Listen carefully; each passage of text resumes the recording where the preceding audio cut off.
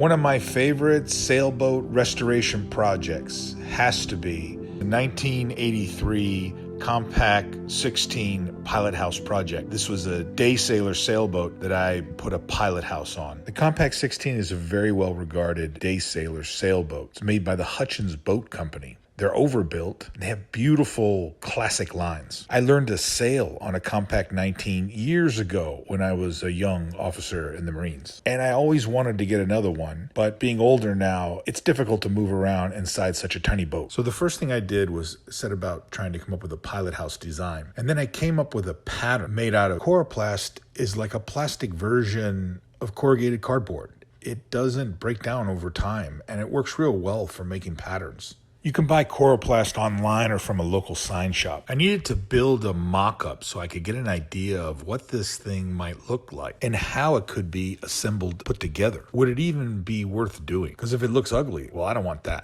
I started constructing the pilot house out of a material called Coosa Board. I did it in my garage over one winter. I had read about this material online. It was sold as a marine plywood substitute.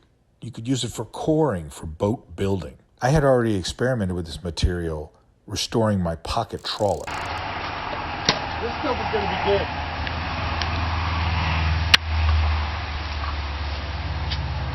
What is that?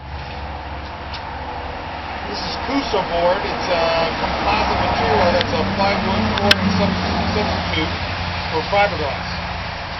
And we're replacing the cabin top using this material here.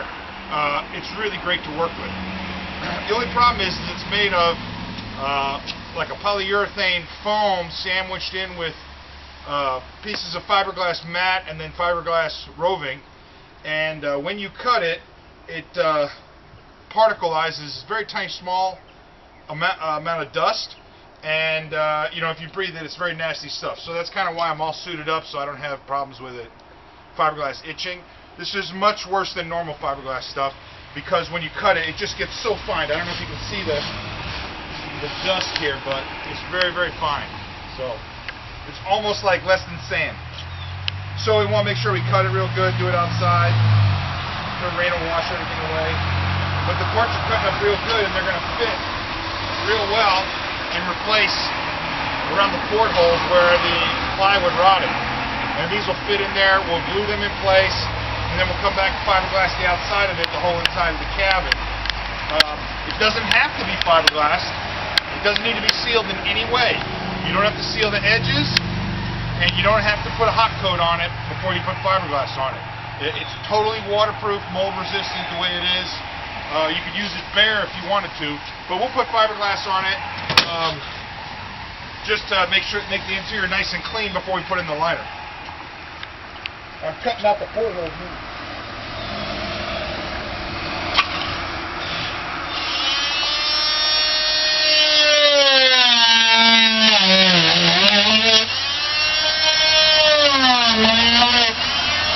Pilot house was constructed using the screw and glue method. This is where the panels are screwed together. I use drywall screws. And then on the interior corner, I lay an epoxy fillet, a bead of epoxy that goes into the corners. And when it cures, now you have a mechanical bond holding panels together and the screws can be removed and the holes filled. The fiberglass roof was made of Luan plywood and then fiberglass cloth was laid over the top of that. The whole thing was built frameless because the Coosa board is rigid. It supports itself and becomes stiffer as it's all epoxied together. I was able to reuse the cabin top hatch and incorporate it into the pilot house. Only after everything is together and the structure becomes rigid can you begin to cut out the actual portholes. Sharp angles are routed with a roundover bit to create the smooth curves. The edge around the top of the pilot house is constructed using a 1/4 inch piece of PVC, heated and bent and epoxied in place. Really pleased with how it came out, but the windows for the pilot house were the absolute worst. They're like a son of a This is basically an automotive type of gasket, D-gasket, with a locking strip, and the plexiglass goes down inside there. And you have to get the right size that matches the thickness of your bulkhead and then the thickness of your plexiglass. but fitting them was so difficult. It's a two-person job. You got to have the special tools to do it. A lot of soapy water as lubricant, and it's just a nightmare. It took 2 days. We did 2 small windows in one day, and then the 2 big windows the next day, and it's just a pain in the and but it came out pretty good. Pretty happy with the way it looks.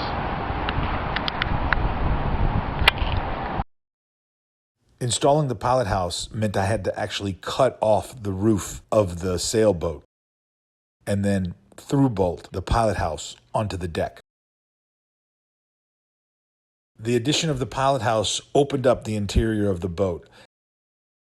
To enclose the cabin for overnighting, I had a local seamstress make an Alaskan bulkhead. I gotta say, this was a very rewarding boat restoration project. This is my idea of the perfect trailerable pocket sailboat. It became a salty little ship. Turned out to be excellent for overnighting. The pilot house created no extra windage. It sailed to weather real well.